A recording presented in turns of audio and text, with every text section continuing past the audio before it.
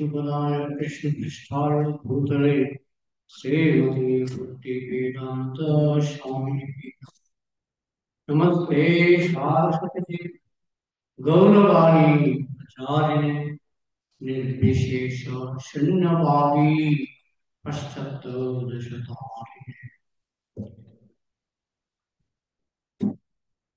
महाभारत चतुर्थ स्कंद प्रथम भाग द्वितीय अध्याय श्लोक नंबर 8 भवव्रत धरा चेततां समुद्रव्रता प्रसन्निनस्ते भवन्तु शास्त्र विमन्थिना শিল প্রভুপাদ কৃত অনুবাদ এবং তাৎপর্য। জয় শিল প্রভুপাদ কি। আচ্ছা, বক্তাকে না বক্তা ভৃগুমুনি। ভৃগুমুনি ভৃগুমুনি ভৃগুমুনি কাকে অভিশাপ দিচ্ছেন? শিব ভক্ত শিব ভক্তদের অভিশাপ দিচ্ছেন। নন্দী অভিশাপ দিয়েছিলেন ব্রাহ্মণ বৈষ্ণবদের, আর ভৃগুমুনি অভিশাপ দিচ্ছেন পাল্টা শিব ভক্তদের অভিশাপ দিচ্ছেন। তো দেখা যাক অভিশাপ কলিযুগে হয়েছে কিনা, কতটা ফলেছে। এখন ভৃগুমুনি কি বলছেন? যারা শিবের সন্তুষ্টি বিধানের জন্য ব্রত গ্রহণ করেছে অথবা যারা এই নিয়ম পালন করে তারা নিশ্চিত ভাবে নাস্তিক হবে। সব শিব ভক্ত নাস্তিকরা নয়, কিন্তু কিছু কিছু শিব ভক্ত নামে শিব ভক্ত কাজে নাস্তিক। এটা সবার সব দলই আছে, কিন্তু শিব ভক্তদের মধ্যে এটা বেশি দেখা যায় এই কারণে, কারণ তারা শিবের অনুকরণ করে। শিব বিষ খেয়েছে, আমি গাঁজা খাই, শিবের সঙ্গে টেক্কা দিতে চাই। নৈতদ সমাচারের জাত মনসাহিপি ধনিশ্বর বিনশ্বতি আচরণ মূঢ়াৎ যথা রুদ্র অব্দিজম বিষম। শিব রুদ্র অব্দিজ মানে অব্দি মানে সমুদ্র। শিব সমুদ্রের বিষ খেয়ে ফেলেছে। সমুদ্রের বিষ মানে অল্প অল্প করে ভেসে থাকলো তো অনেক, তো শিব খেয়েছিল। আবার সেটা ছিল কালকুট বিষ। যে বিষের এক কণা জিভে লাগলে সঙ্গে সঙ্গে ডেথ করি। আমরা বর্তমান যুগে একটা বিষের নাম শুনি ফটোসায়ানাইড, পটাশিয়াম সায়ানাইড। এটা হাতির মুখে যদি এক রেণু পটাশিয়াম সায়ানাইড লাগিয়ে দেওয়া হয়, হাতিটার সঙ্গে সঙ্গে স্পট ডেড, সঙ্গে সঙ্গে মরে যায়। বৈজ্ঞানিকরা জানার চেষ্টা করেছিল এই পটাশিয়াম সায়ানাইড টক না মিষ্টি না কি, জানার চেষ্টা করেছিল। তো খাতা কলম নিয়ে বসেছে একজন বৈজ্ঞানিক আরেকজনের বৈজ্ঞানিকের মুখে বা নিজেই হয়, সে এক এক বিন্দু পটাশিয়াম সায়ানাইড লাগিয়েছে, লাগিয়ে লিখেছে অ্যাস। অ্যাস লিখে সে মারা গেছে। এখন এক বৈজ্ঞানিক বলছে অ্যাস মানে সাওয়ার, সাওয়ার মানে টক। আরেক বৈজ্ঞানিক বলছে অ্যাস মানে সুইট, সুইট মানে মিষ্টি। আরেক বৈজ্ঞানিক বলছে অ্যাস মানে সল্ট, মানে নোনতা। আজ অব্দি কেউ বলতে পারেনি পটাশিয়াম সায়ানাইডের কি টেস্ট।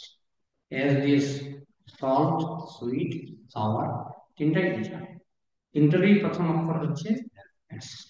এখন অ্যাস দিয়ে কি বোঝাচ্ছে এটা আর দ্বিতীয়বার পরীক্ষা করার সাহস কারো হয়নি। তো এই তিনটার মধ্যে হয় এটা সুইট নয়, সাওয়ার নয়, সল্টি, তিনটার মধ্যে একটা হবে ধরে নেওয়া গেছে।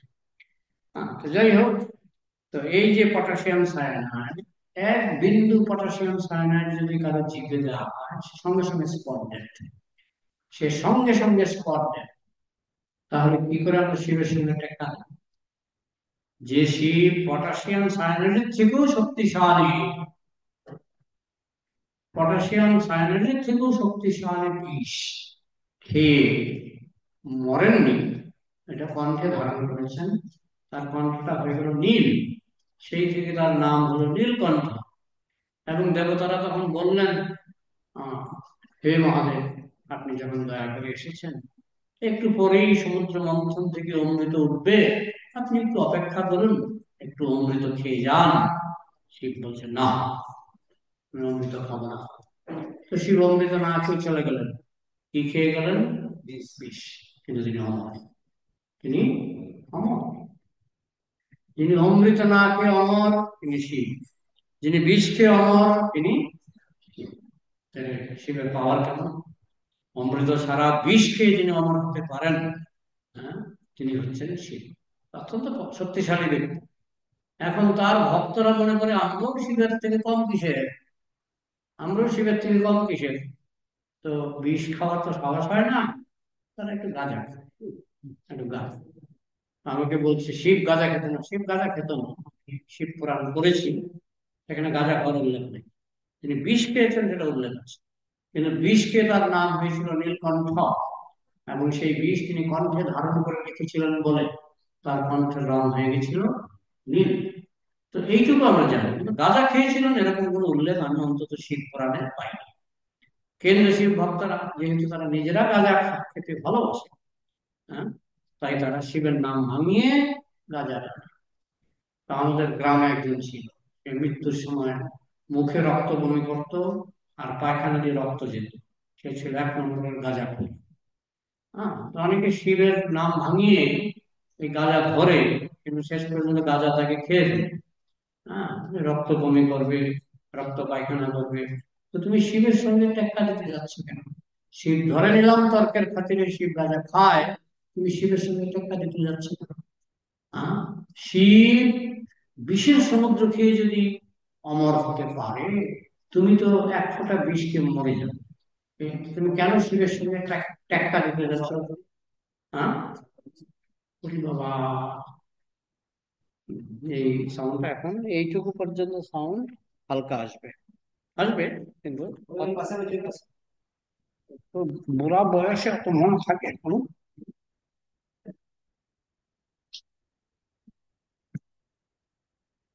হ্যাঁ, সাউন্ডটা দেওয়া হয়নি, এখন আমরা সাউন্ড দিচ্ছি যাতে ইউটিউবে ভালো করে সাউন্ড শোনা যায়।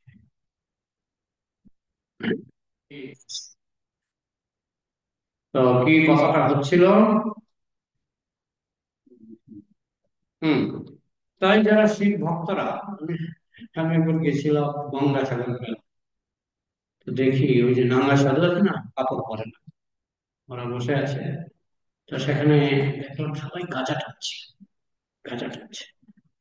আরেকটা দেখলাম একেবারে কঙ্কাল, লোকটা একেবারে কঙ্কাল, তার এই বুকের পাঁজরের হাড় গোনা যায়।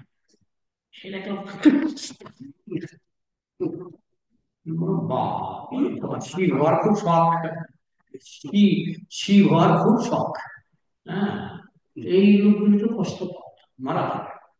হ্যাঁ, তো ভারতবর্ষ আধ্যাত্মিক দেশ বলে আজও মানুষ তাদেরকে সম্মান করে। অন্যান্য দেশে কাপড় খুলে কেউ যদি রাস্তায় ঘুরে বেড়ায়, সঙ্গে সঙ্গে পুলিশ এসে আসে। ভারতবর্ষে অ্যারেস্ট করে না। কারণ ভারতবর্ষ আধ্যাত্মিক দেশ বলে আধ্যাত্মিকতার নামে অনেক কিছু করা যায় ভারতবর্ষে। তো যাই হোক, কিন্তু এগুলো অন্যায়, এগুলো অন্যায়। তো এগুলি আর একদিনে হয়নি, এগুলি যখন দক্ষযজ্ঞ হয়েছিল তখন ভৃগুমুনি যে অভিশাপগুলি দিয়েছিলেন যে তারা অসৎ শাস্ত্র মানবে, সেই অভিশাপের ফল এখন আমরা দেখতে পাচ্ছি। তাহলে যারা শিবের সন্তুষ্টি বিধানের জন্য ব্রত গ্রহণ করেছে, অথবা যারা এই নিয়ম পালন করে, তারা নিশ্চিতভাবে নাস্তিক। যদি বলি যে নাস্তিক হলো, আমি মুখে যতই বলি আমি শিব ভক্ত, তুমি খাচ্ছ গাঁজা, তুমি কি করে শিব ভক্ত হবে? এগুলি সব নাস্তিকের লক্ষণ। হ্যাঁ, আমি শিবের নাম ভাঙিয়ে গাঁজা টানবো আর কৃষ্ণের নাম ভাঙিয়ে রাস নাচ করবো, এগুলি সব নাস্তিকের লক্ষণ। নৈতৎ সমাচারে জাত গুরু মনুষ্যায়পি অনিশ্বর বিনশ্যতি আচরণ মৌঢ়া যথা রুদ্র দ্বিজং বিষম। বিনশ্যতি আচরণ নৈতৎ সমাচারের জাত, জাত মানে 1 সেকেন্ড, 1 মিনিট, অল্প সময়, জাত মানে অল্প সময়। কখনো কখনো নৈতৎ সমাচারে ওই সমস্ত আচরণ, কোন সমস্ত আচরণ? যে আচরণ কৃষ্ণ করেছেন রাসনাচ, যে আচরণ শিব করেছেন বিষপান, ওই সমস্ত আচরণ নৈতৎ সমাচারের জাত, একবারও করবে না, একবারও করবে না। মনসা হবে, এমনকি মনে মনেও চিন্তা করবে না। দেহ দিয়ে করা তো দূরের কথা, মন দিয়েও চিন্তা করবে না ওসব কৃষ্ণের লীলা, শিবের লীলা তুমি করে ফেলবে, মনে মনেও করবে না। কারণ মনে মনে করলে একজন আসক্তি জন্মাবে। তোমার মনে হবে আমি কৃষ্ণের মতো একটু রাস নাচ করি, আমি শিবের মতো একটু গাঁজা বিষ খাই। তো নৈত সমাচরের চাপ একবারও মনে মনে চিন্তা করে। হ্যাঁ, দেহ দিয়ে করা তো দূরের কথা, মনে মনেও চিন্তা করে মনসা অপি অনিশ্বর, কারণ তুমি ঈশ্বর নও। ঈশ্বর পারে সবকিছু করতে, ঈশ্বর বিশ্বের সমুদ্র খেয়ে ফেলতে পারে, তুমি পারো না। তাই তুমি এটা মনে মনেও চিন্তা করো। মনসা অপি অনিশ্বর, কারণ তুমি অনিশ্বর, তুমি ঈশ্বর নও। মনসা অপি অনিশ্বর বিনশ্বতি, তুমি বিনাশ প্রাপ্ত হবে যদি এসব করো। তুমি যদি রাস নাচের চেষ্টা করো, বিনাশ প্রাপ্ত। তুমি যদি শিবের মতো বিষ খাওয়ার চেষ্টা করো, বিনাশ প্রাপ্ত। বিনশ্বতি আচরণ মৌঢ়া, মূর্খতা বশত তুমি যদি ওই সমস্ত আচরণ করার চেষ্টা করো, তাহলে তুমি বিনাশ প্রাপ্ত হবে। যথা এক্সাম্পল, রুদ্র দ্বিজন ভীষণ, শিব সমুদ্রের পরিমাণ বিষকে হজম করে ফেলেছে, তুমি পারবে না, তুমি পারবে না। এই জন্য এগুলি অনুকরণ করা বোকামি। আর এটাই ভৃগুমুনির অভিশাপ, যে যারা এই সমস্ত আচরণ অনুকরণ করবে তারা বিনাশ প্রাপ্ত হবে, নাস্তিক হবে। নাস্তিক মুখে বলছেন কৃষ্ণ ভক্ত, তারপরে আমি আহ, যেমন একবার ভক্তি সিদ্ধান্ত সরস্বতী ঠাকুর পাঠ করছিলেন, আরেকজন সহজিয়া দাঁড়িয়ে দাঁড়িয়ে পাঠ, উনি বসেন, দাঁড়িয়ে দাঁড়িয়ে শুনছেন। ভক্তি সিদ্ধান্ত সরস্বতী ঠাকুর একটা নয়, 3 ঘন্টা থেকে 4 ঘন্টা পাঠ করতেন। আমাদের ইস্কনের প্রভুপাদ পাঠ করতেন 45 মিনিট, অনেক সময় 30 মিনিট, অনেক সময় 45 মিনিট ম্যাক্সিমাম। আর প্রশ্ন উত্তরে আরো প্রায় 30 মিনিট দিতেন। আর ওনার গুরুদেব শ্রীমদ ভক্তি সিদ্ধান্ত সরস্বতী ঠাকুর একটা নয়, 3 থেকে 4 ঘন্টা পাঠ। তো পাঠের শেষ দিকে একজন সহজিয়া বৈষ্ণব, সহজিয়া বৈষ্ণব পাঠের শেষ দিকে এসে বসেননি, মানে দাঁড়িয়ে দাঁড়িয়ে মাথা নাড়ছেন শুনছেন, দাঁড়িয়ে দাঁড়িয়ে মাথা নাড়ছেন শুনছেন। তখন ভক্তি সিদ্ধান্ত সরস্বতী ঠাকুর পাঠ শেষ করলেন। তখন সেই সহজিয়া বৈষ্ণব, হে মহারাজ, আপনি রসতত্ত্ব কিছু বললেন না। কি রসতত্ত্ব? পরকিয়া, পরকিয়া কিছু বললেন না, পরস্ত্রী সঙ্গ কিছু বললেন না। আমরা এসব, এগুলি কৃষ্ণলীলায় সম্ভব, মানুষের পক্ষে অসম্ভব। হ্যাঁ, আমি টের পেয়ে গেছি, আমি জানি, আমি বুঝে গেছি, আপনি এটা বলবেন না কেন, আমি জানি। হ্যাঁ, আপনিও তো রস পাইছেন না, রস পাইছেন না। হ্যাঁ, মানে উনি ভাবছে উনি যেমন পরকিয়া, তো ভক্তি সিদ্ধান্ত সরস্বতী ঠাকুরও পরকিয়া। ওই মানে আত্মবোধ মান্যতে জগৎ, যে নিজে যেরকম সে মনে করে জগৎ তাই সেরকম। সেইভাবে ভক্তি সিদ্ধান্ত সরস্বতী ঠাকুরকে তিনি ভাবলেন যে বলছেন না, আপনি এটা করেন কিন্তু এটা বলছেন না, তারপরে চলে গেলেন।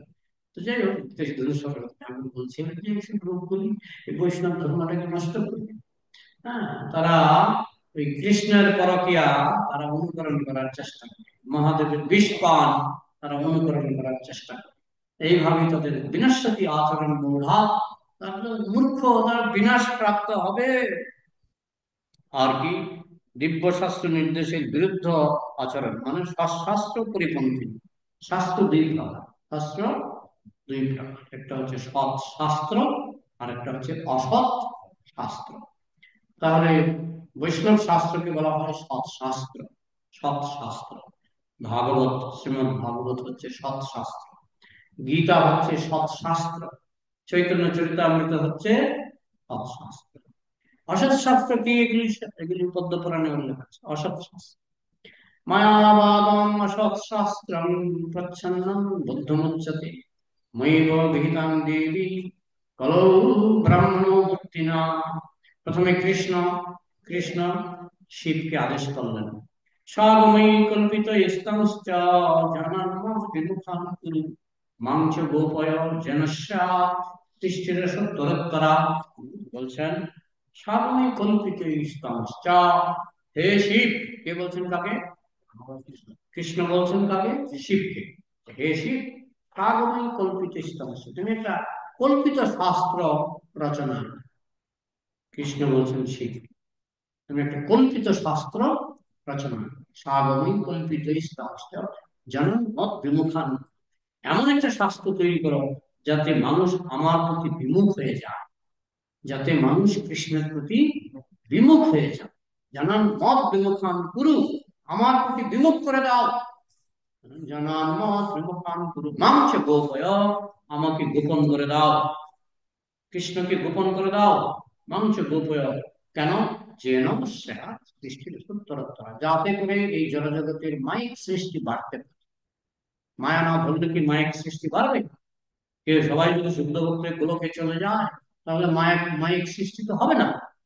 তাই হে শিব, তুমি জগতে গিয়ে একটা অসৎ শাস্ত্র প্রণয়ন করো, কল্পিত শাস্ত্র প্রণয়ন করো, যার দ্বারা মানুষ কৃষ্ণ বিমুখ হবে এবং যার দ্বারা মানুষ আস্তে আস্তে কৃষ্ণকে ভুলে যাবে। হ্যাঁ, এবং যার দ্বারা সৃষ্টি বাড়বে, সৃষ্টি বাড়বে। কারণ মাইক সৃষ্টি বাড়াতে হলে মাইক শাস্ত্র দরকার, নাহলে এই জড়জগৎ এই জেলখানা টিকবে না। সবাই যদি দিব্যজ্ঞানী হয়ে যায়, তাহলে তো সবাই গোলকে চলে যাবে, তাহলে জড়জগৎ আর থাকবে না। তাই জড়জগতে যারা যারা পাপী তাপী তারা শাস্তি পাবে কি করে? সুতরাং হে শিব, তুমি একটা মাইক শাস্ত্র, কাল্পনিক শাস্ত্র রচনা করো, অসৎ শাস্ত্র, এখানে বলা হচ্ছে অসৎ শাস্ত্র। হ্যাঁ, অসৎ শাস্ত্র, সৎশাস্ত্র পরিপন্থী মানে অসৎ শাস্ত্র, সৎ সৎ শাস্ত্রের পরিপন্থী, পরিপন্থী মানে বিরোধী।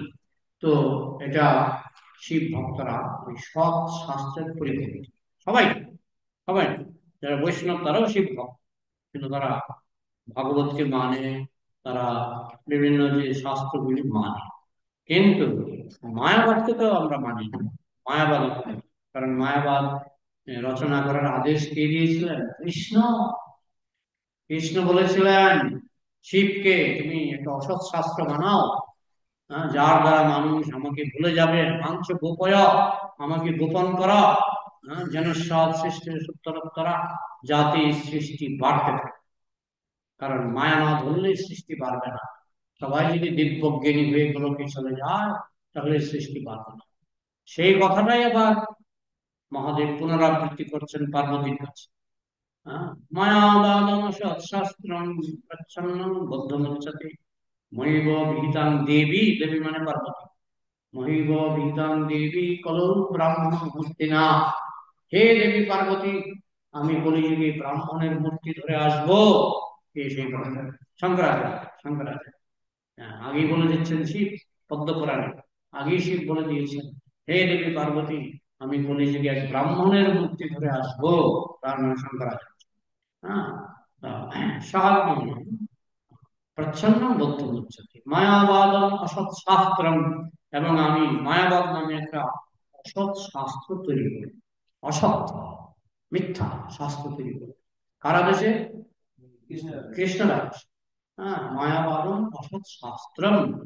হ্যাঁ, মায়াবাদী ভাষ্য শুনিলে হয় সর্বনাশ। যারা এই মায়াবাদী ব্যাখ্যা শুনবে তাদের সর্বনাশ, এটা মহাপ্রভু বলেছেন। অসৎ শাস্ত্র সর্বনাশ তো হবে। হ্যাঁ, মায়াবাদম অসৎ শাস্ত্রম প্রচ্ছন্ন বৌদ্ধ বুঝছে, ওইটা হচ্ছে ছদ্মবেশী বৌদ্ধ ধর্ম। এই মায়াবাদটা হচ্ছে ছদ্মবেশী বৌদ্ধ ধর্ম, কারণ বৌদ্ধরা বলে নিরাকার নির্বাণ, আর মায়াবাদ বলে নিরাকার নির্বাণ। তো এটাই হচ্ছে ছদ্মবেশী বৌদ্ধ ধর্ম। পার্থক্য শুধু বৌদ্ধরা নাস্তিক, ভগবান মানে না, বেদ মানে না। মায়াবাদীরা বলে আমরা বেদ মানি, কিন্তু বেদের ব্যাখ্যাটাই এরকম। বেদ মানি কিন্তু বেদের ব্যাখ্যাটাই এরকম যে ভগবান নিরাকার। এটা হচ্ছে অসৎ শাস্ত্র, অসৎ মিথ্যা শাস্ত্র। তাহলে মায়াবাদম অসৎ শাস্ত্রম প্রচ্ছন্নম বৌদ্ধমুচ্যতে, এটা হচ্ছে ছদ্মবেশী বৌদ্ধ ধর্ম। প্রচ্ছন্নম বৌদ্ধ মুচ্যতে ময়িব বিহিতাং দেবী, হে দেবী পার্বতী, আমি এই ছদ্মবেশী ধর্ম প্রচার করব কলিযুগে। আমি এই ছদ্মবেশী মিথ্যা মিথ্যা ধর্ম, নকল ধর্ম, অসৎ শাস্ত্র আমি কলিযুগে প্রচার করব। ময়িব বিহিতাং দেবী কলৌ ব্রাহ্মণ মূর্তি, আমি কলিযুগে ব্রাহ্মণের মূর্তি ধারণ করে, মানে শঙ্করাচার্যের মূর্তি ধারণ করে আমি এই মায়াবাদ নামক অসৎ শাস্ত্র জগতে প্রচার। এইভাবে শঙ্করাচার্য মায়াবাদ প্রচার করে গেলেন, যাতে এই সমস্ত মায়াবাদীরা বৈষ্ণবদের উৎপাত না করে।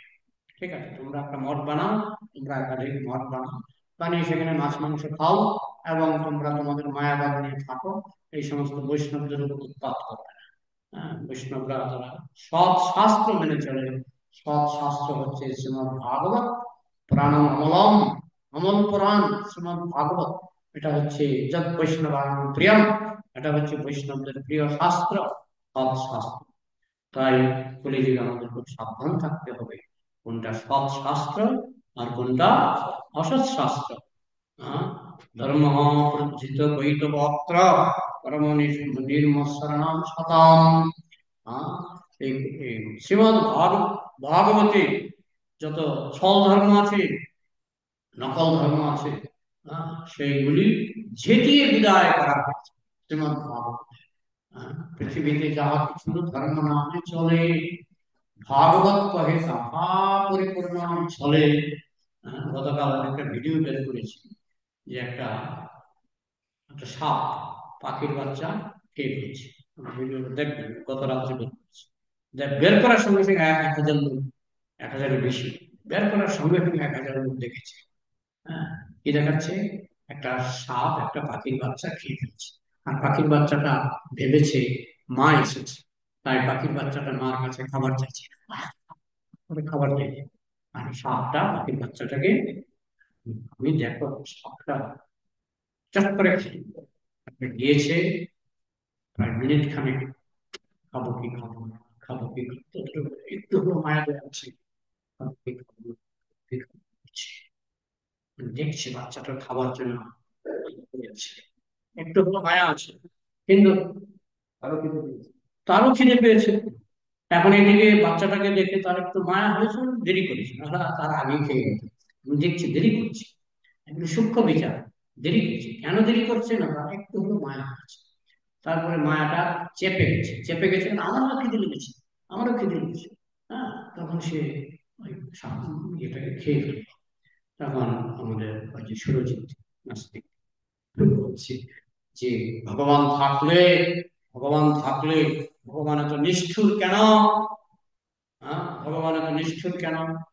তখন ওই বলছে, অনেকে বলে এটা পূর্বজন্মের পাপের ফল, এইগুলি মানুষকে ধোকা দেয়, পূর্বজন্মের নাম ভাঙিয়ে মানুষকে ঠকা। হম, তো মুসলমানরা কি বলে যে আমি মোবাইল বানিয়েছি, আমি মোবাইল ভেঙে ফেলেছি, এতে কোনো দোষ নেই। আমি পাখির বাচ্চা বানিয়েছি, আমি পাখির বাচ্চাকে কষ্ট দিচ্ছি, এতে কোনো দোষ নেই। জন্মান্তর মানে, জন্মান্তর মানে। আবার কেউ কেউ বলে ওই সাপ যে পাখির বাচ্চাটাকে খেলো, সে একটু ব্যথা পায়নি, একটু, নানান রকমের ব্যাখ্যা, কিন্তু এই ব্যাখ্যাগুলি আমাদের হৃদয়কে স্পর্শ করে, আমাদের হৃদয়কে স্পর্শ করে। জন্মান্তর, জন্মান্তর, পূর্বজন্মে পাপ করেছে। তো এই জন্মান্তরের কথা অসৎ শাস্ত্রে লেখা না সৎ শাস্ত্রে লেখা? সৎ শাস্ত্র গীতা, গীতার মধ্যে জন্মান্তরের কথা সৎ শাস্ত্রে লেখা। তাই আমরা সৎ শাস্ত্রে বিশ্বাস করি। একজন কালকে আমাকে লিখে পাঠিয়েছে একজন ভাই, বলছে যে এত জনসংখ্যা বাড়ছে কেন? যদি পুনর্জন্ম হয় তাহলে পশু মারা যাচ্ছে, মানুষের সংখ্যা বাড়ছে, মানুষ পাপ করছে, তাহলে মানুষের সংখ্যা কমবে। হ্যাঁ, তো এর উত্তর হলো, মানুষ পাপ করলে মানুষ হবে না, সেটা কিন্তু ঠিক নয়। মানুষ যখন পাপ করে তখন সে অন্ধ হয়ে জন্মায়, খোরা হয়ে জন্মায়, এদিকে একটা আছে। আবার এই যে মশাগুলি মারা যাচ্ছে, হ্যাঁ, মনে করুন গত 10,000 বছরে 500 কোটি বা আরো বেশি, 500 কোটি 3টা মশা মারা গেল, 500 কোটি 3টা মশা মারা গেল, তাহলে এরা কি হবে? ক্রমে ক্রমে কি হবে? মানুষ হবে, ক্রমে ক্রমে মানুষ হবে। হ্যাঁ, মনে করুন গত 1 কোটি বছরে আহ 100 কোটি মাছি মারা গেল, গত 1 কোটি বছরে 100 কোটি 15টা মাছি মারা গেল, 100 কোটি 15টা, তাহলে কি হবে? ক্রমে ক্রমে কি হবে? মানুষ হবে। তাহলে মানুষের সংখ্যা আরো বেশি হওয়ার কথা। আবার ব্রহ্মলোক থেকে আসছে, স্বর্গলোক থেকে আসছে, পাতাল লোক থেকে আসছে, যমলোক থেকে আসছে, আহ পিতৃলোক থেকে আসছে, সিদ্ধলোক থেকে আসছে, চারণলোক থেকে আসছে, গন্ধর্বলোক থেকে আসছে। মানুষের সংখ্যা তো বেশি হওয়ার কথা। হ্যাঁ, তো ওরা বলছে মানুষের সংখ্যা কমে যাচ্ছে, সুতরাং জন্মান্তর মিথ্যা। মানুষের সংখ্যা কমে যাচ্ছে, জন্মান্তর মিথ্যা। আমরা বলি 84 লক্ষ রকমের প্রাণী আছে, তারা ক্রমে ক্রমে প্রত্যেকেই মানুষ হচ্ছে, অন্য গ্রহ থেকে মানুষের জন্ম হচ্ছে, অনন্ত কোটি গ্রহ নক্ষত্র থেকে এই বদলি হচ্ছে, বদলি হচ্ছে। হ্যাঁ, তো এই আত্মাগুলি যখন পৃথিবীতে এসে জন্মায়, তখন জনসংখ্যা বাড়ে। আবার একটা করোনা আসে, জনসংখ্যা কমে যায়। আবার একটা বিশ্বযুদ্ধ আসে, জনসংখ্যা কমে যায়। সেই আত্মাগুলি আবার অন্য কোনো গ্রহে চলে যায়। তো এই যে একেবারে 10 কোটি 3টা মাছি মারা গেছে, 100 কোটি 15টা মশা মারা গেছে, এগুলি তুমি খাতা কলম নিয়ে হিসাব মিলিয়েছো? না, না, না, না। মনে হচ্ছে মানুষ, তো মানুষ তো পারবে। মশাগুলি মানুষ হচ্ছে, মাছিগুলি মানুষ হচ্ছে, বাঘ মানুষ হচ্ছে, গরু মানুষ হচ্ছে, ছাগল মানুষ হচ্ছে, বানর মানুষ হচ্ছে, মানুষ পারবে না? ওদের মাথাটা ঠিক আছে, ওদের মাথায় অসৎ শাস্ত্র ঢুকে আছে। অসৎ শাস্ত্র যা ওদেরকে শিখিয়েছে, না, সাপ ওই পাখির বাচ্চাটাকে খেয়েছে মানে এটা ভগবানের ইচ্ছা, খাবেই, ওই পাখির বাচ্চাটাকে কষ্ট দেবেই, এই নিষ্ঠুর। তো নাস্তিকরা বলবে ভগবান যদি নিষ্ঠুর হয়, তাহলে আমরা ভগবানকে মানব কেন? তো সেই নাস্তিক হয়েছে আর নিজেও নিষ্ঠুর হয়ে যায়। যে নাস্তিক হয় সে নিজেও নিষ্ঠুর হয়ে যায়। হ্যাঁ, তো এইভাবে চলছে অসৎ শাস্ত্র জগতে, অসৎ শাস্ত্র চলছে। প্রধানত অসৎ শাস্ত্র, যেটা কৃষ্ণ বলেছেন, যেটা মায়া, যে ভগবান নিরাকার, আকারের অভাব। অভাব মানে অপূর্ণতা। আমরা বলি ভগবান পূর্ণ, ওং পূর্ণমদঃ পূর্ণমিদং পূর্ণাৎ পূর্ণমুদচ্যতে পূর্ণস্য পূর্ণমাদায় পূর্ণমেবাবশিষ্যতে। ভগবান হচ্ছেন পূর্ণ। তার না আছে বুদ্ধির অভাব, না আছে জ্ঞানের অভাব, না আছে আকারের অভাব। কিন্তু যারা বোকা, তারা মনে করে ভগবানের অভাব, অভাব, অভাব, আকারের অভাব, বুদ্ধির অভাব, রূপের অভাব, সৌন্দর্যের অভাব। ভগবানের কোনো কিছুর অভাব নাই। ভগবানের কোনো কিছু অভাব, আমার আকার আছে, ভগবানের নাই। হ্যাঁ, ওই যে ব্যাঙের আধুলি। হ্যাঁ, ব্যাঙ বলছে আমি একটা আধুলি পেয়েছি, আমার আধুলি আছে, রাজার নাই। রাজার নাই, আমার একটা আধুলি আছে, কিন্তু রাজার নাই। হ্যাঁ, ব্যাঙের আধুলি। আমার আকার আছে, ভগবানের আকার নাই। ভগবান অপূর্ণ, আমি পূর্ণ, তাই আমার আকার আছে, সবকিছু আছে, ভগবানের আকার নাই, তিনি অপূর্ণ। কিন্তু কি যুক্তি হলো? তো যাই হোক, আমি তাৎপর্যটা একটা রিডিং করে নিচ্ছি। কখনো কখনো দেখা যায় যে শিবের ভক্তরা শিবের চরিত্রের অনুকরণ করে। যেমন শিব সমুদ্রের বিষ পান করেছিলেন, তাই তার কিছু অনুগামীরা তার অনুকরণ করে গাঁজা আদি মাদক দ্রব্য সেবনের প্রয়াস করে। এখানে তাদের অভিশাপ দেওয়া হয়েছে যে যারা এই পন্থা গ্রহণ করে তারা নাস্তিক হয়ে যায় এবং বৈদিক নীতির বিরুদ্ধ আচরণ করে।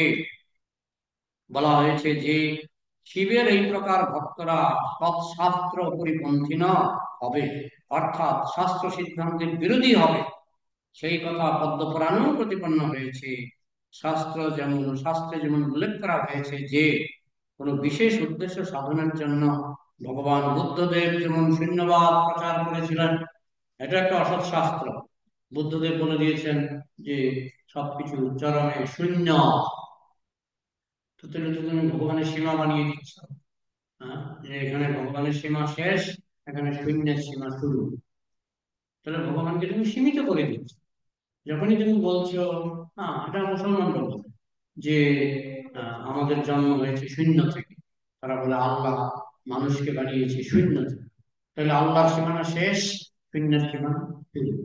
তাহলে আল্লাহকে সীমিত করে দিচ্ছ। হ্যাঁ, কিন্তু আমরা বলি না, আমরা এসেছি ভগবান থেকে, মমই বাংশ জীবরূপী জীবভূত সনাতন। আমরা ভগবানের অংশ, নিত্য অংশ।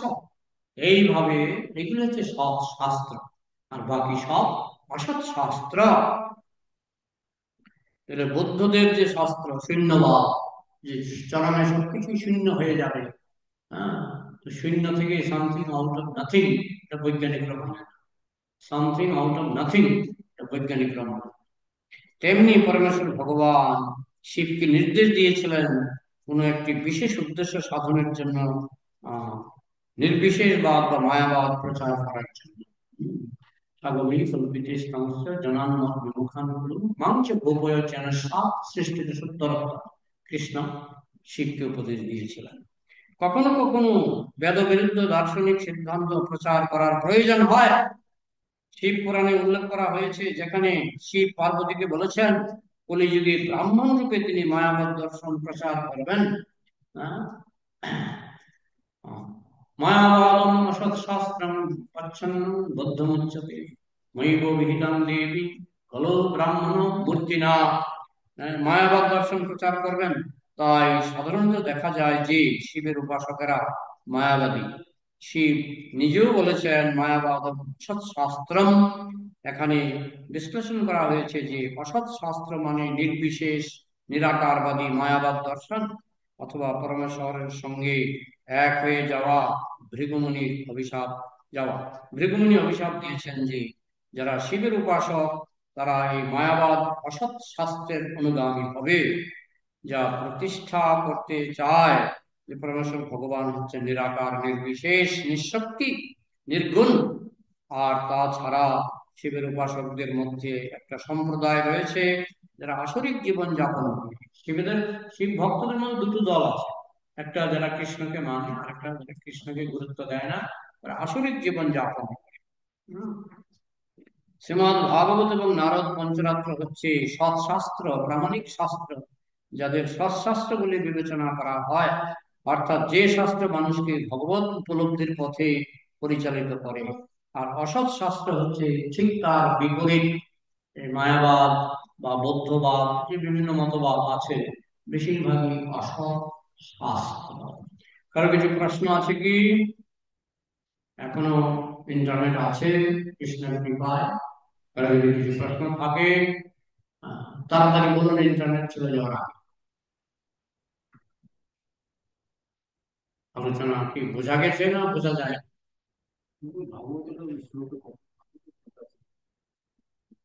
না, এটা পদ্মপাড়া।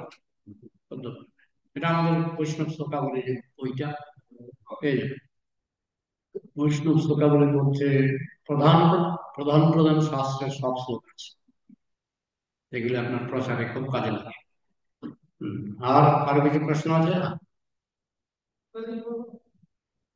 ভগবান সৎ শাস্ত্র তৈরি করলো আর অশাস্ত্র তৈরি করলো, অসৎ। তো এটা বিভ্রান্ত করার উদ্দেশ্যটা কি ভগবান? তোমাকে জেলে রাখতে চায় ভগবান, পাপী তাপীকে জেলে রাখতে চায়। এখন পাপী তাপীকে যদি, বেশি পাপীকে যদি সব বুঝিয়ে দেয়, তো সবগুলোকে দৌড়াবে। হ্যাঁ, এই জন্য পাপীরা যাতে শাস্তি পায়, সেই জন্য, এবং পাপীরা যাতে বৈষ্ণবদের উৎপাত না করে, সেই জন্য অসৎ শাস্ত্র, বিভিন্ন অসৎ শাস্ত্র দিয়েছেন। পৃথিবীতে যাহা কিছু শাস্ত্র নামে চলে, ভাগবত কহে তাহা পরিপূর্ণ চলে। ধর্ম ভজ্জিত কৈতব অত্র, কৈতব মানে ছলনা, যে এই সমস্ত ধর্মগুলি হচ্ছে ছলনা। তাই পৃথিবীর বেশিরভাগ ধর্ম হচ্ছে ছলনা। হ্যাঁ, এবং একমাত্র ভাগবতকে বলা হয় অমল পুরাণ, যেখানে ছলনার কোনো আশ্রয় নেই, সৎশাস্ত্র। ছেড়ে দিয়ে পেরে দেওয়া হচ্ছে। হ্যাঁ, এদিকে বলছে যে এই জগতেও তো এরকম চলছে, লোককে বলছে মদ খেও না, সরকার বলছে মদ খেও না। হ্যাঁ, এটা করবেই, এটা করবে, কারণ এটা শাস্ত্রটা হলো, হ্যাঁ শাস্ত্রটা তো করবে। করে দিল, হ্যাঁ, আর এদিকে একটা ভালো শাস্ত্র, হ্যাঁ ভগবান দিয়ে দিল, বাজারে দুধও পাঠিয়ে দিল, মদও পাঠিয়ে দিল। আর মদটা সেগুলোকে তো দেবে না, ওগুলোকে এইসব খারাপ জিনিস দেবে না, এটা দেবে জেলখানার ভিতরে, জেলখানার ভিতরে দেবে। বুঝা গেল? জেলখানা তো, এখানে যাকে বেশি পিটানো দরকার, যাকে বেশি পিটানো দরকার তার জন্য অসৎ শাস্ত্র দিয়ে দেবে। আর যাকে অত পিটাবে না, অল্প পিটায়, অল্প পিটা নিতে যাকে গুলোকে নিয়ে যাবে, তাকে সৎ শাস্ত্র দিয়ে দেবে। বুঝেছি? কৃপা পাওয়াটাও একটা ভাগ্যের ব্যাপার। সৎ শাস্ত্রের সংস্পর্শে যে এসেছে, এটা একটা ভাগ্যের ব্যাপার। বেশি পাপে হলে আসতেও পারবে না। আসতে চাইছে না মানে ভগবান আসতে দিচ্ছে না, ভগবান আসতে দিচ্ছেন, এই জন্য তাদেরকে অসৎ শাস্ত্র, অসৎ গুরু পাঠিয়ে দিচ্ছে। ভগবান জানে তুমি এত পাপ করেছো, তোমার ফাঁসি হওয়া দরকার, তাই ভগবান তাদের কাছে অসৎ গুরু, অসৎ শাস্ত্র পাঠিয়ে দিচ্ছে। ঠিক আছে? আর কোনো প্রশ্ন ऑनलाइन नहीं, हरे ऑनलाइन कृष्ण प्रभु, दंडवत प्रणाम। धन्यवाद के মৃগাঙ্ক বলছি প্রভু। ईशान ईशान মৃগাঙ্ক মৃগাঙ্ক। बोलो। হ্যাঁ প্রভু, এখানে প্রথমে যে মানে সমুদ্র মন্থনের কথা হলো, তো দেবতারা যে মানে অমৃত পাচ্ছে, তো দেবতারা তো ভৌতিক জগতে আছে, তো কেউই অমর নয়, তো অমৃতের তাহলে কি গুরুত্ব? না না, অমৃত মানে কোটি বছর বাঁচবে। ওইটা অমৃত মানে এই নয় যে তুমি অমর হবে। কিন্তু পৃথিবীর লোক তাড়াতাড়ি মরে, সেই তুলনায় তাদেরকে অমর বলা হয়। কিন্তু এটা আপেক্ষিক, রিলেটিভ অমর। এটা অ্যাবসলিউট অমর নয়। যদি অ্যাবসলিউট অমরত্ব চাও তাহলে গোলকে যেতে হবে। যদি অ্যাবসলিউট অমরত্ব চাও তাহলে গোলকে যেতে হবে। আর এই যে স্বর্গে যাওয়া, তারপরে অমৃত খাওয়া, এগুলো রিলেটিভ অমরত্ব। মানে তোমার বয়স হয়তো বেশ, ব্রহ্মা কয়েক কোটি বছর বাঁচে, অনেক কোটি, ব্রহ্মা কিন্তু অনেক কোটি বছর বাঁচে। তো আমাদের তুলনায়, যেমন পিঁপড়ার তুলনায় আমি অমর। আমার 100 বছর, পিঁপড়াকে যদি ব্যাখ্যা করে বুঝবেন, পিঁপড়া 7 দিন হয়তো বাঁচে, তার তুলনায় মানুষ অমর। হুম। আচ্ছা, এটা শেষ করিনি। তাহলে মৃগাঙ্ক প্রভু, এটা হচ্ছে আপেক্ষিক অমরত্ব, এটা কিন্তু অ্যাবসলিউট অমরত্ব নয়। বুঝতে পেরেছ? হ্যাঁ প্রভু, বুঝলাম। বলছি আরো কিছু কিছু প্রশ্ন আছে, তো জিজ্ঞেস করে নিক সবাই, তো আমি সময় থাকলে জিজ্ঞেস আচ্ছা, করবো। তুমি বলো। ব্রহ্মা ছবিটাই পুরো দেখাচ্ছে। তুমি একটু দাঁড়িয়ে পেয়ে দেখা। আর দেবতারা কি পুরো হয় না?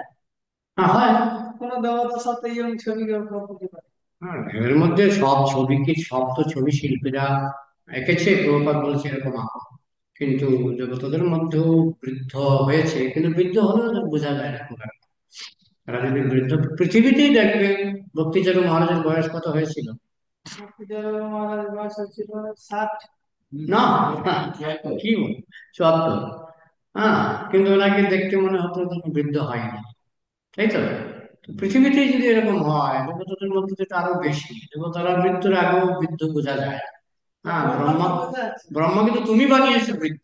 কাছে গিয়ে দেখো এরকম দেখায় কিনা। হ্যাঁ, শিল্পী শুনেছে ব্রহ্মার 51 বছর হয়ে গেছে, তাই বৃদ্ধ বানিয়ে দিয়েছে। হ্যাঁ, কিন্তু অ্যাকচুয়াল ব্রহ্মা খুব সুন্দর। যেহেতু স্বয়ং খুব, হ্যাঁ, খুব সুন্দর হয় ওইটা। আর শিল্পী তো একটু এদিক সেদিক করবেই। আর কোন প্রশ্ন? হ্যাঁ ঠিক প্রভু, আছে। কারো অনলাইন এবার প্রশ্ন যদি না থাকে তো। তোমার তোমার হাতে বল। হ্যাঁ, হ্যাঁ, বলছি কারোর প্রশ্ন নেই তো, মানে তাহলে আমি বলবো। হ্যাঁ, কারো আর কারো প্রশ্ন নেই। প্রশ্ন? আছে আছে, প্রশ্ন আছে, তুমি করে নাও। আচ্ছা, করুন করুন। তোমরা পরে, আচ্ছা, আমি ঠিক ঈশান আছে, পরে, একটা আগে আগে মৃগাঙ্ককে ছেড়ে দিই। আচ্ছা। তো প্রভু, আপনি নাগা বাবাদের কথা বললেন, তো তেমনি হ্যাঁ, এখন দেখতে পাচ্ছি কুম্ভ মেলা হচ্ছে। তো হ্যাঁ। কুম্ভ মেলাটাতে তো আমরা দেখি বিভিন্ন মানে মায়াবাদী বা যা বিভিন্ন সাধুরা যোগীরা আসে। তো এটা কি আধ্যাত্মিক উন্নতির জন্য কিছু ব্যাপার আছে, না পুরোটা ভৌতিক বা ওই মায়াবাদ টাইপের? দেখো, কুম্ভ মেলার মধ্যে প্রভুপাদও গিয়েছিলেন, কিন্তু তিনি তখন আগা বাবা হয়ে যাননি। তিনি সুন্দর পশ্চিম নাগা কাপড় পরে গিয়েছিলেন। হ্যাঁ, তো কুম্ভ মেলার মধ্যে ভালো সাধুও পাবে, নকল সাধুও পাবে। সাধু দর্শন পাবে না। হ্যাঁ, বিরল। ভালো সাধু চিরকালে বিরল হয়, কিন্তু কুম্ভ মেলাতে ভালো সাধুও যায়। যায় তো? ওরা না চান করলে আমরা কেউ চান করবে? হ্যাঁ, নিয়ম আছে। তাহলে ওই কুম্ভ মেলায় যে সবাই যে যারা কাপড় পরে না, তারাই যে একেবারে ভালো সাধু এরকম মনে করবে, কথাটা বলেছে। ঠিক আছে। আচ্ছা প্রভু, বুঝলাম প্রভু। হ্যাঁ প্রভু, ঠিক আছে প্রভু। হরে কৃষ্ণ। আর এবার ঈশান। ও প্রণাম। হ্যাঁ, ঈশান বলো। বলছিলাম যে প্রভু, দয়া করে বলবেন অসৎ শাস্ত্র কোনগুলি, ওগুলো কোনগুলি যেগুলোকে আমরা চিহ্নিত করব, যে সেই শাস্ত্রগুলো যেগুলি, অসৎ। যেগুলি কৃষ্ণ বিরোধী, হ্যাঁ, এমনকি মহাদেব বিরোধী। দেখো না, মহাদেব কোনোদিনও গাঁজা খায়নি। আমার তো, হুম আমি শিব পুরাণ পড়েছি, সেখানে লেখা নেই যে মহাদেব গাঁজা খেয়েছেন। কিন্তু শিব হুম ভক্তরা দলে দলে গাঁজা খায়। বুঝেছ? এগুলো অসৎ হুম। শাস্ত্র। হ্যাঁ, যারা শাস্ত্রের নাম ভাঙিয়ে এগুলো লিখেছে যে গাঁজা খাওয়া যায়, এগুলো অসৎ শাস্ত্র। বুঝেছ? মানে মানে কোন শাস্ত্র অসৎ নয়, মানে মানুষের ধারণা যে হ্যাঁ, এগুলো মানুষ অসৎ শাস্ত্র। বানিয়েছে। গীতাই দেখো না, ভগবত গীতা যথাযথ প্রভুপাদ লিখেছেন। আর হুম বাজারে কত গীতা পাওয়া যায় যেগুলি পড়ে কোনো মানুষ, কোনো মানুষ কৃষ্ণ ভক্ত হয়নি। তো মানুষ এগুলি অসৎ বানিয়েছে, তবে মায়াবাদটা কৃষ্ণের আদেশে মহাদেব তিনি মায়াবাদ রচনা করেছেন, এটা আমরা পদ্ম পুরাণ থেকে শ্লোক দিয়েছি। তো সেগুলি কৃষ্ণের আদেশে কিছু কিছু অসৎ শাস্ত্র, যেমন বৌদ্ধরা শূন্যবাদ, হ্যাঁ, এবং বিভিন্ন ধর্মে যারা জন্মান্তর মানে না, পুনর্জন্ম মানে না, যারা ব্যাখ্যা দিতে পারে না, তারা বলে ভগবান মোবাইল বানিয়েছে, ভগবান মোবাইল ভেঙে ফেলেছে, যে বানিয়েছে সে ভেঙেছে, কোনো দোষ নাই।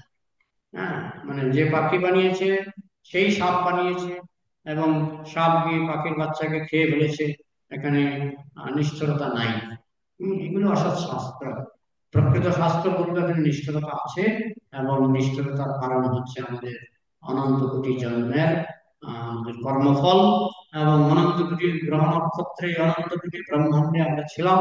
এবার তুমি বিশ্বাস করো আর নাই করো, তোমার কথা আমি বিশ্বাস করি না, তাই আমার কথা বিশ্বাস না করলে আমাদের বয়েই গেল। ঠিক আছে। হ্যাঁ প্রভু, বোঝা গেল। আর আরেকটা জিনিস হচ্ছে যে কৃষ্ণর তো সবাই সন্তান, সবাই ওনার অবিচ্ছেদ্য অংশ, তো তিনি কেন চান না যে সবাই গোলকে যান? হ্যাঁ, বাবার পাঁচ পাঁচ পুত্র, এক পুত্রকে চকলেট দিচ্ছেন, আরেক পুত্রকে চর মারছেন, চর মারছেন। তো বাবা এক পুত্রকে চকলেট দিচ্ছেন, আরেক পুত্রকে চর মারছেন কেন? সে চড় মারছেন, শাসন করছেন, কিন্তু হ্যাঁ, তার কৃষ্ণ কাছে যখন শাসন করার ইচ্ছা হয়, তখন তিনি অপরাধী সন্তানকে মাঝে মাঝে শাস্তি দেন। আচ্ছা, কি মানে বুঝতে পারলেন? তার মানে, মানে না, আমি বলতে চাইছি যে তিনি এটা চান যে সবাই গোলককে মানে যাতে না যায়। না না, তিনি চান চর খেয়ে গোলকে যাও, চর খেয়ে গোলকে যাও। চড় খেয়ে গোলকে যায়। আচ্ছা আচ্ছা। ঠিক আছে। আচ্ছা। হ্যাঁ প্রভু, হরে প্রণাম। হরে রাখছি। কৃষ্ণ। জয় শ্রী প্রভুপাদ কি, গ্রন্থরাজ শ্রীমদ্ ভাগবতম কি, নিতাই গৌর প্রেমানন্দ।